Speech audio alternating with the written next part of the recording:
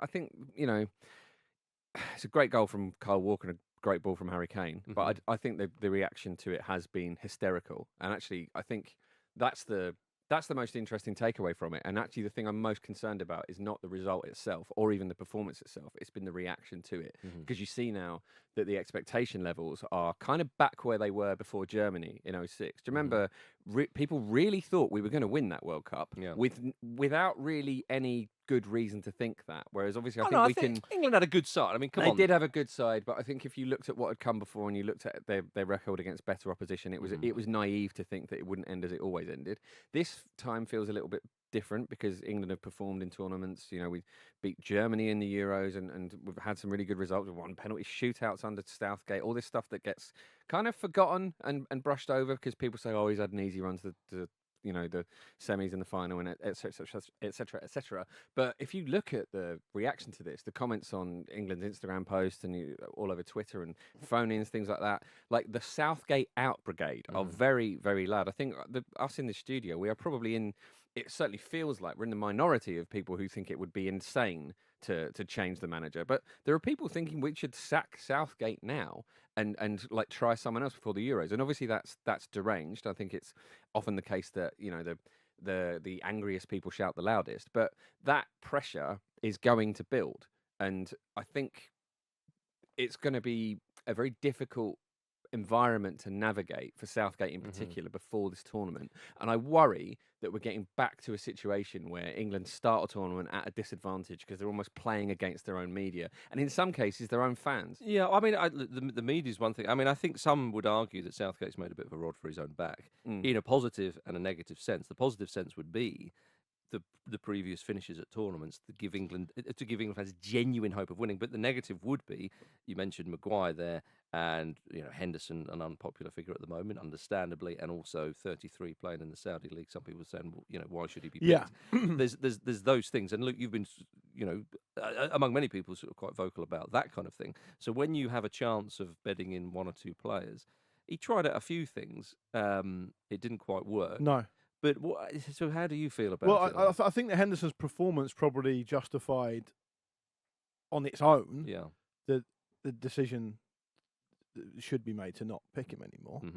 I was also confused as to why he stayed on the pitch for that amount of time, but I'll maybe come on to that. I think that the problem with England when they have to have a little bit of a mix and a blend and a bit of a change is that they too regularly lose their tempo. And I think when you've got key players, like in this case, it was Maddison and Bellingham, I thought, playing really in positions and roles they don't play for their club, it can get frustrating for the less, Jim, not everyone is as temperate in their mood as me, not everyone's I'm not a type like an emotionally led character. No, a lot of people can be. Not everyone can be as zen. But exactly, and people get frustrated. And if you take Maddison and Bellingham as an example, before I come on to Henderson maybe, well, Maddison's played brilliantly this season, really playing as a number 10. He's got a licence to roam for Spurs. He goes deep and gets the ball. He makes things happen. He makes things tick, right? And he can do that, ironically, because Harry Kane's no longer there and isn't going to get in his way. Now, England don't play in that way. And Maddison was playing off the left in a position where he couldn't really affect the game. So to me, it's a bit like, you're great. What you do is brilliant. So come and do some stuff with us, but do different stuff. And it's doesn't not work. a far cry, though. Yeah, he has played in wide position for Leicester, though. He has, but my point is... And Southgate did say before the game that he would drift inside and give an extra body in midfield. But Maddison's been playing brilliantly off the wide for Leicester and never been picked for England. He doesn't get in the squad. Now, he's playing now because Grealish obviously had to pull out, and he plays him in that position off the left, and I felt like he couldn't affect the game in the way that his form suggested he should be picked in the first place, which I think is a disconnect. I'm not necessarily criticising Gareth Southgate because everyone's got to go and do a job, but I thought that was a bit odd. I also thought the same about Bellingham. Plays Bellingham on a bit wider. Bellingham's played really centrally for Real Madrid and been fantastic. But the two things you're saying is that Maddison and Bellingham at Real Madrid and Spurs have not that been long in the tooth in those roles in those clubs, whereas Bellingham played on the left of the three in the World Cup for England and was pretty good. And in fact, our very own Vatusian and myself were talking about how we'd like to see Maddison maybe in the midfield three, switching with whether it be Foden or Eze, I think you mentioned, and one or two others. So I think... Yeah, but let me finish the point. Okay. The point is just that you need to understand that it's going to seem a bit disjointed and perhaps a little bit lacking in tempo, and you're going to get the odd occasional poor result away from home, if you're asking these players to meet up once every 3 or 4 months and do a different job. And that is what I'm trying to say. I'm trying to explain why it happened. Yeah, sure, but international football players are asked to do different jobs. I mean, if Maddison's asked to do the same job, he's not going to play much because Spurs play a little bit different to England. I don't think it's. I think he, in the midfield three, I think that there was a good argument for having in future games maybe try and Trent Alexander-Arnold in there. He was excellent against North Macedonia. I know that was a much easier game.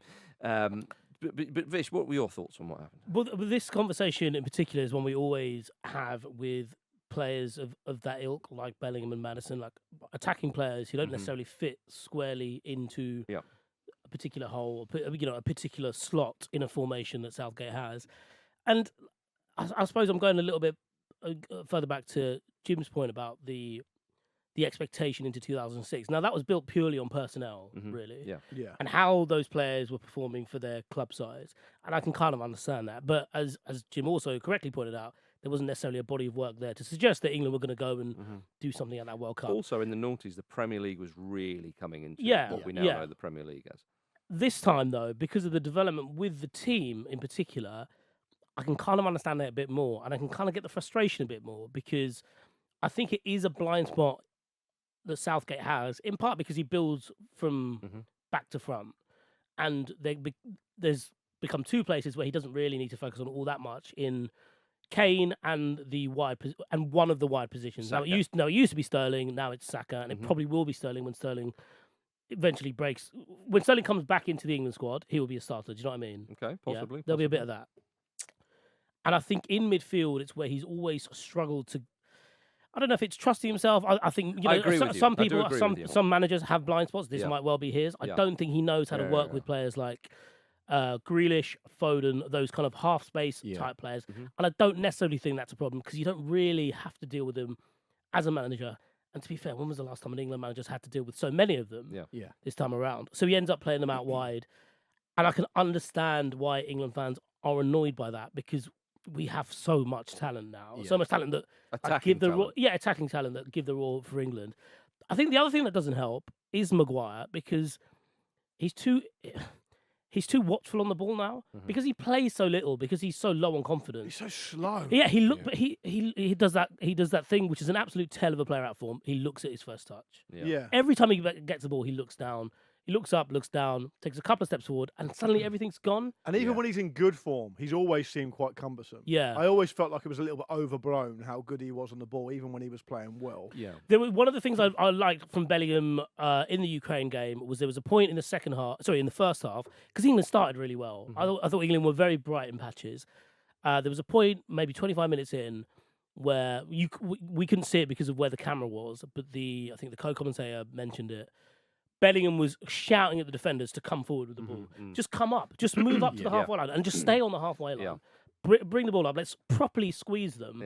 And let's going to put them under far more pressure than we are doing. Yeah. I think, a lot of the criticism is of how conservative he is in not just big games, actually, really, but most games. And the midfield is the absolute area where that shows the most. I think with Declan Rice and Jude Bellingham in the middle, that should be enough security for your third player to not be Jordan Henderson. But that's immediately different to what Bellingham does for Real Madrid, which is Lucas complaining about.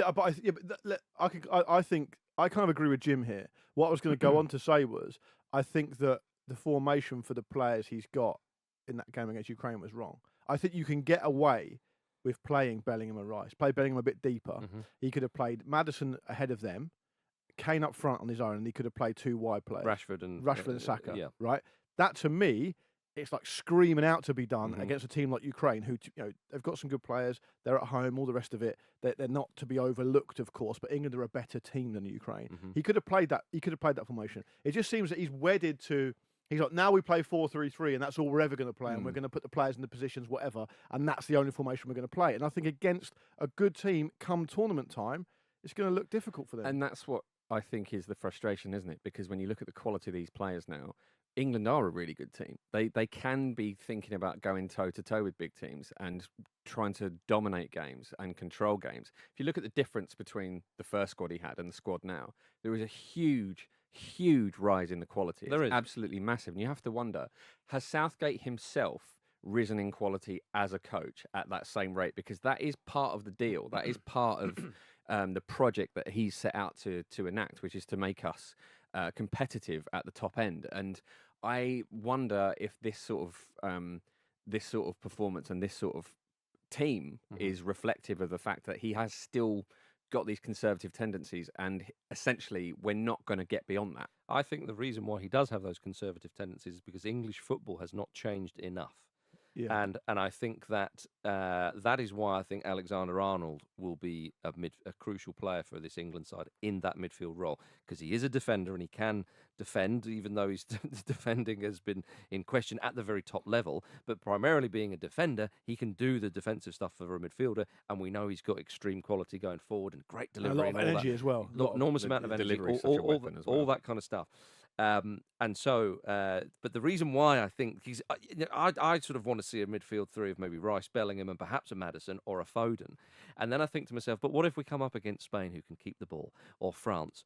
You saw what happened in the second half against Italy. In Italy, are not a great Italian side at the moment. England couldn't get the ball back, despite having not that precise team, but some of the players. And you think, well, go on and back yourself, go and do it. And you think, yes, against the small teams, when he lets everybody off the lead, like against North Macedonia, you see what can happen.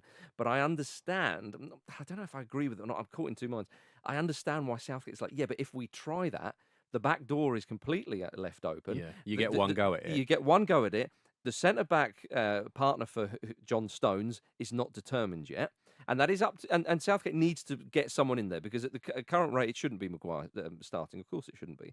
And it gives Declan Rice an awful lot of work to do. And Rice, even at Arsenal, is doing a slightly different role to what maybe he does at England as well. So I do understand the conservative. There's a lot of questions to be answered. There's a lot of questions there. And it's kind of like, well, do you actually finally go and do it, or do you not? And this is an age-old debate with England. It's, years ago, it was give Harry Redknapp the job and he'll have a go. This idea of have a go. Just go on, get out there and have a go. And it's like, really? Like, I'm sorry, but I don't think, Gavi or flipping Chukwuemeni or, I don't know, Frankie de Jong or whatever is like, oh, they're going to have a go. Yeah. Well, we'll keep the ball and we'll let them run. You just see what I mean? So what if we hit one of those three players you mentioned? What if we hit them early? Yeah. There you are. And there's the solution. Do you not think England are good enough to keep the ball with the players we have? Not against the top nations, because that is not in England's DNA yet. Perhaps the next generation coming through. Cheers for watching another fantastic clip from the Football Ramble podcast. Make sure you click like on this video and subscribe to the channel, which means you will not miss a single upload.